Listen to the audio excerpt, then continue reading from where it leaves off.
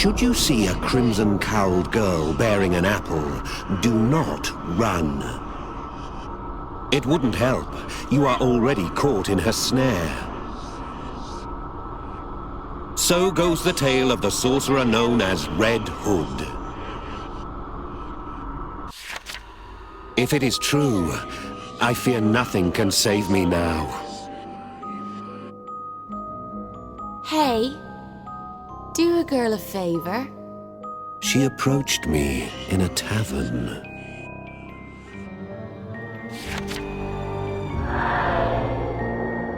By nature, sorcerers favor shadows and avoid drawing undue attention. Flaming crimson garb like hers is a sight rarely seen. You're not allowed to refuse. You know who I am, yes? True to the legends, she was a specialist in illusion. She assured me I was already a prisoner to her handiwork. Then you know what to expect if you don't stay on my good side.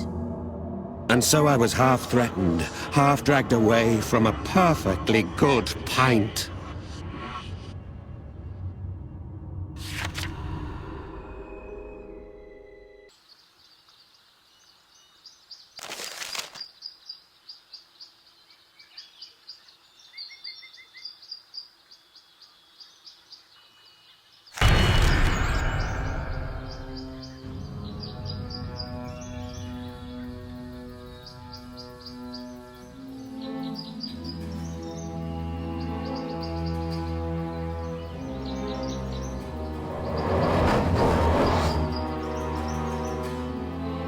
I'll drive you mad with my illusions.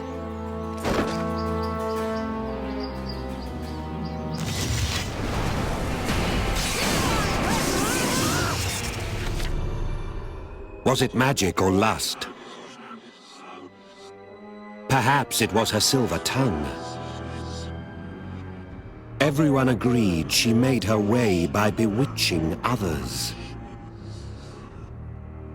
Even veteran sorcerers were said to be defenseless against her illusions. More than anything, it was the fact that she became a monster that sealed her poor reputation. They say she drained victims' lives to fuel her own, thereby ensuring she'd live forever. A chilling story. Except the girl standing before me now seemed anything but a monster. For her to be as old as the legends and look as young as she does is monstrous enough. Drop those silly ideas now. You're my dog, like it or not. She lazily rolled an apple about in her hand as she spoke. It was clear she was onto something, chasing a tip. Helping her in this search was the only way to break free of her illusory chains.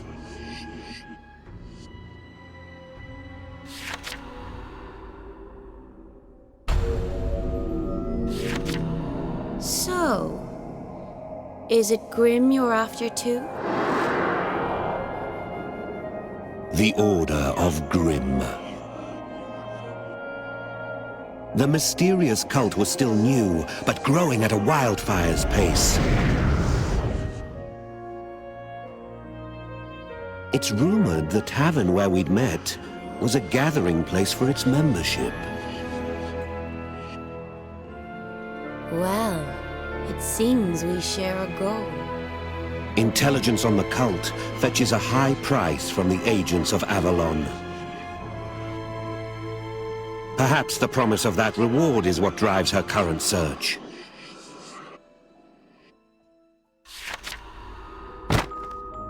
Here follows Grimm's tale.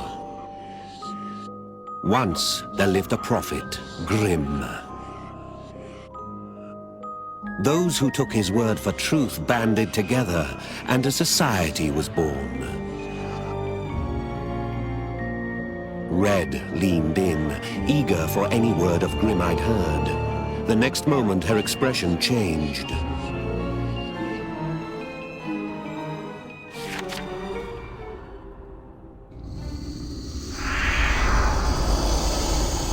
A monster on the road ahead. Cold sweat trickled down my back. My body sensed its strength. Immediately, Red sprang into action.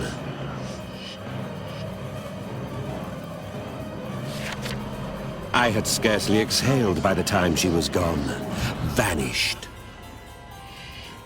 I'd have been a fool to expect any different.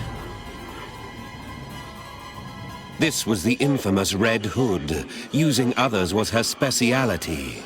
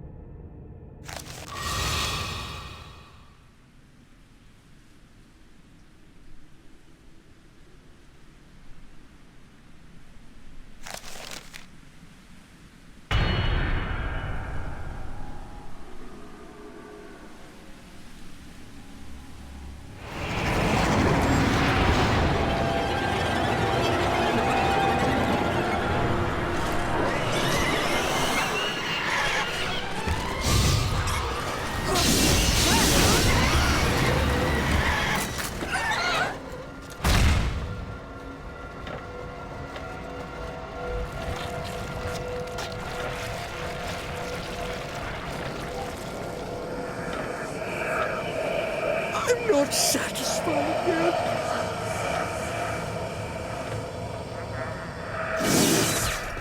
Good boy. Now heal. We've a long way to go yet. She reappeared the moment danger had passed, nibbling at her apple without a hint of guilt. Fancy sharing information? We both stand to benefit. I told her all I'd learned.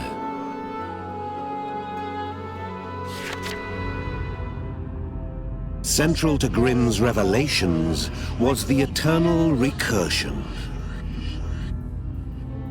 He claimed the world had come and gone and been made new again, time after time. The gods of creation are capricious things and never satisfied for long. Druid or Romulus, these gods cared nothing for the struggles of man. The Order of Grimm rejected both of them outright. They claim neutrality is man's sole means of standing against the cruel apathy of those gods. As I finished speaking, I looked to her. Or to the void where she had stood moments earlier. I cursed my naivety. For I knew she was a shameless cheat. Yet I'd blithely handed over precious intelligence for nothing. She'll feast for weeks, while my big mouth goes empty.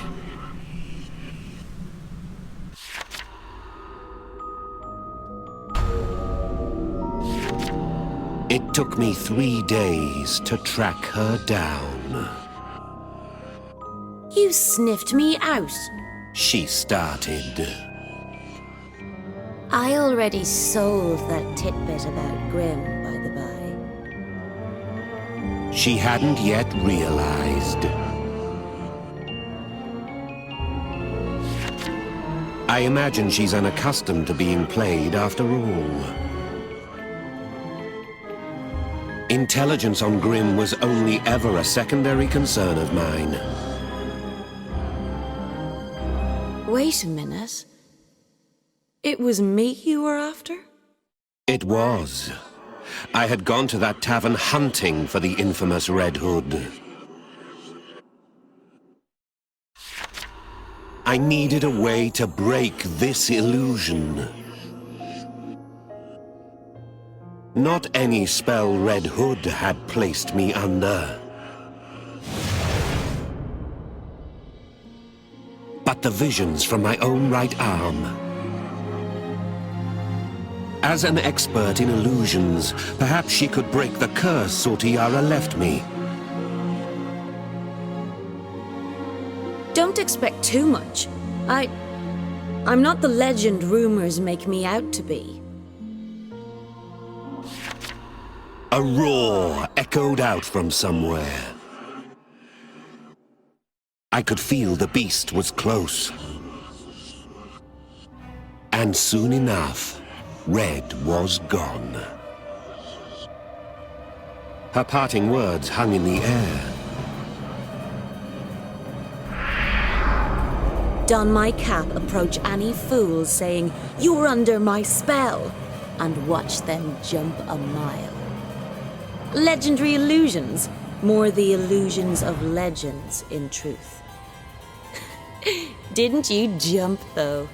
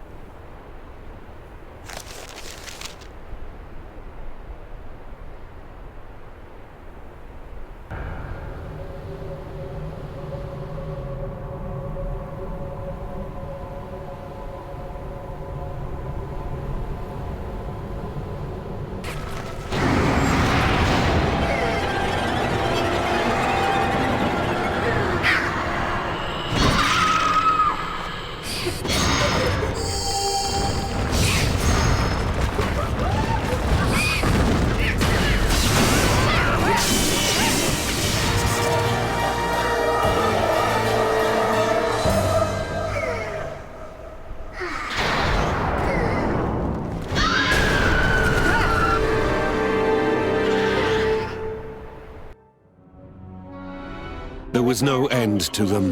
For each fiend I slew, 2 more sprang up.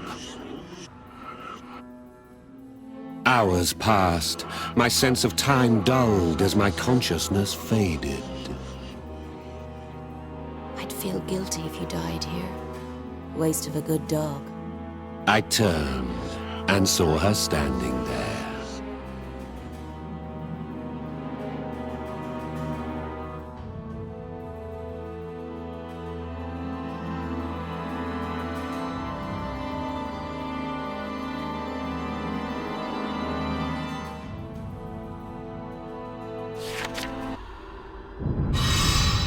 She raised her apple high and spoke in a whisper.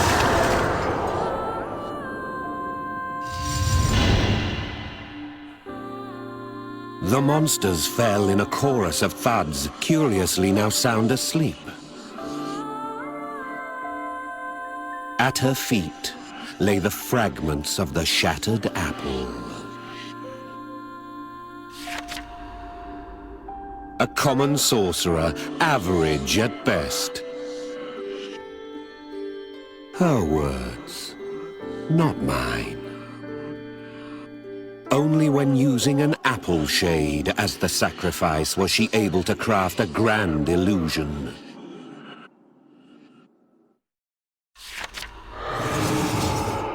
She also confessed the Red Hood of legend, master of illusion turned monster, was her grandmother.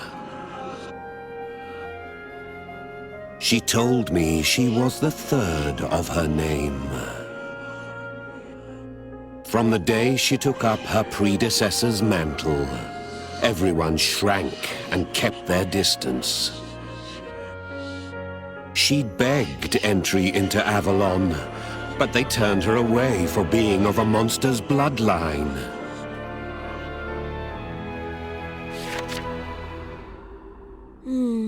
You're quite odd, you know. She watched my face as she spoke, eyes filled with curiosity. I was the first, it seemed, to try and deal with the legendary Red Hood. Those visions there, from your right arm, they're far beyond me, but not Gran.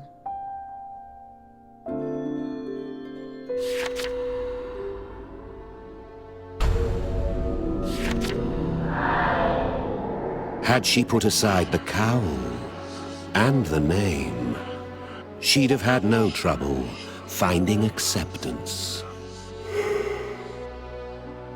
But she chose to remain the third Red Hood.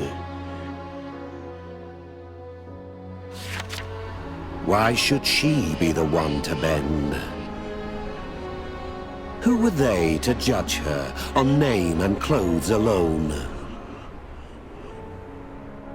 She'd refused to buckle to the prejudiced stares of strangers.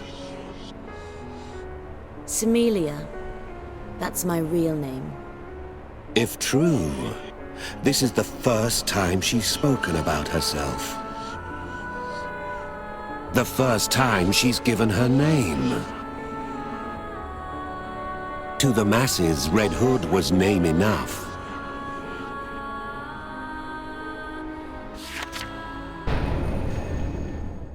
That there is Gran. It's my first time seeing her as well. It was a monster, no question. The original Red Hood. Semelia's grandmother.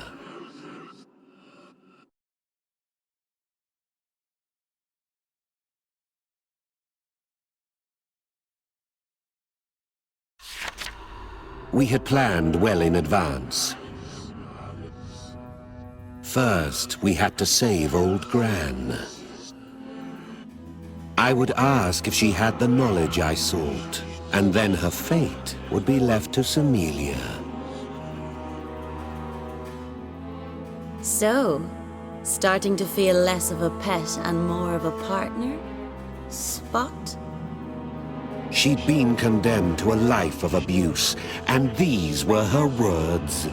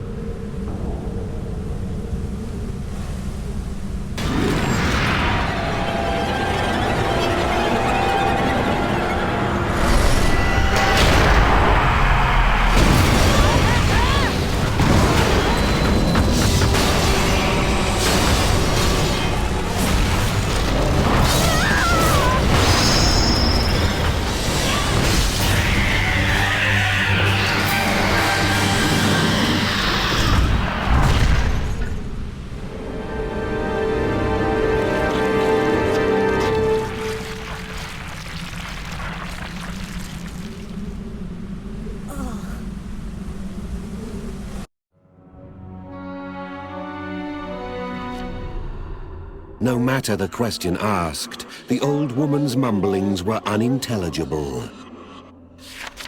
Such is the price of immortality, any shred of normality gone. I would get no information from her. The rest was in Semelia's hands. That was the deal. She struggled clearly, to save or to sacrifice. Blood or no, the girl couldn't hide her muddled feelings for the crone. It was because she was blood that the woman had caused her such woe. I couldn't help but speak up. You waver! Stay your hand! Semilia hadn't even been allowed to take Avalon's ordeal. So she had no way of knowing. Sacrificing one with whom you share a strong bond bears a price. The scars left upon the soul are deeper than she could know.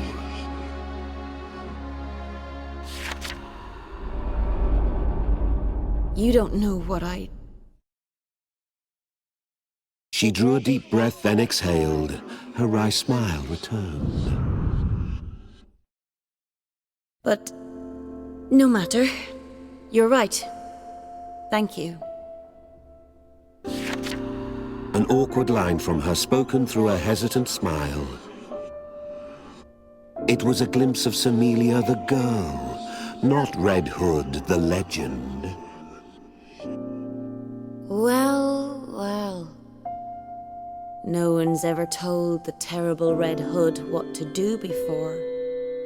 She spun the apple as she walked away, glancing back at me. I'll repay this kindness. You have my word, as a member of Grimm.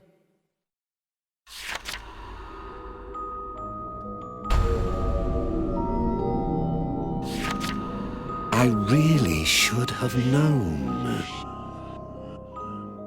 For I knew the tavern where we met was a favored haunt for their numbers. Consider this my thanks. A plume of white smoke rose from behind her. It engulfed the area in an instant. My mind felt bathed in white. I collapsed into the sensation. A strange voice echoed from nowhere in particular. For a suitable price, your wish will be granted. A white vessel.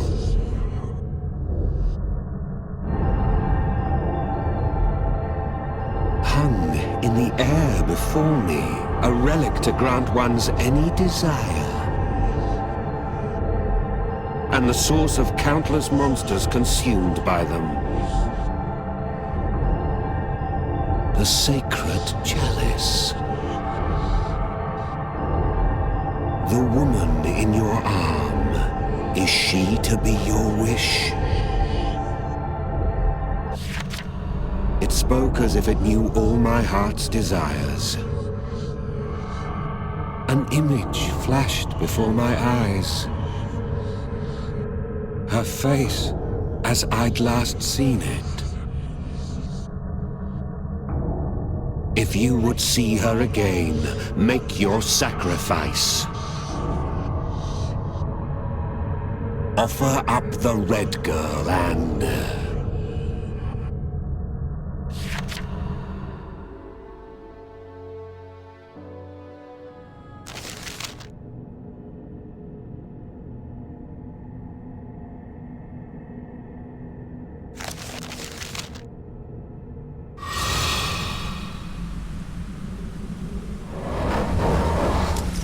Will sacrificing me make your wish come true?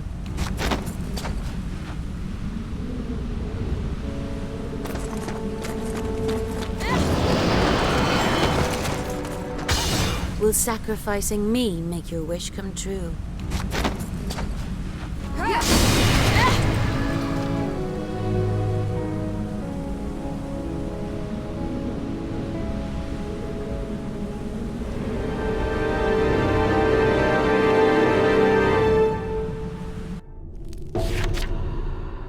My anger boiled over.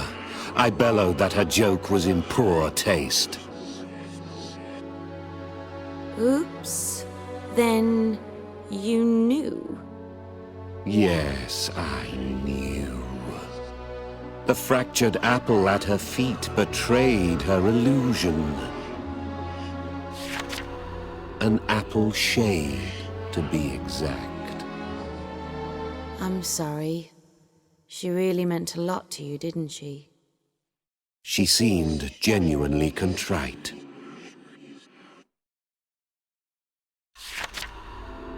don't be cross. I had to test you. Grimm asks one thing of the new. The fortitude to rely on no god. You passed. You resisted the illusion. You're perfect for Grimm. I suppose I should have been flattered, but I declined. I have no interest in Grimm's words, nor any prophecy of eternal recursion.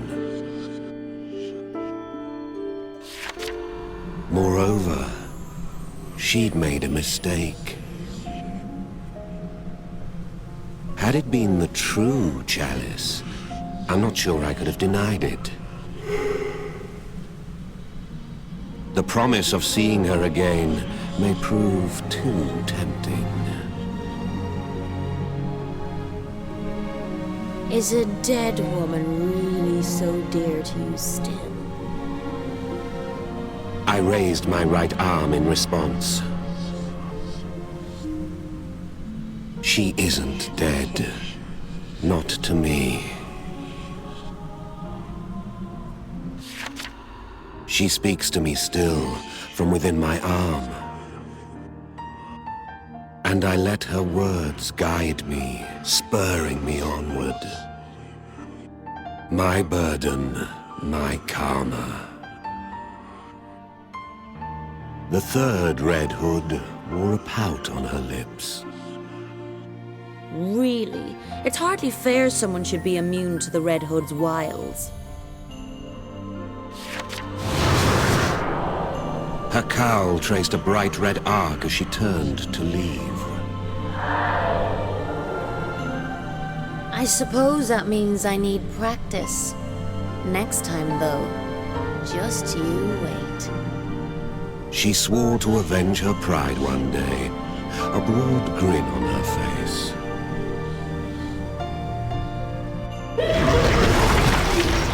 A change has occurred on one of the pages. Have a look.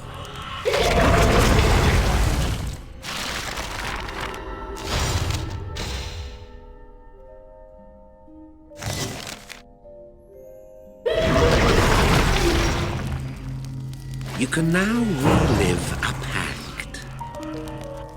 Rewrite your affiliation to experience quests as a member of another group. But remember, the author of this journal will always be a sorcerer of Avalon. You can change the sorcerer's affiliation, but it won't change the sorcerer's life. These tumultuous tales can't be rewritten completely. So, keep that in mind.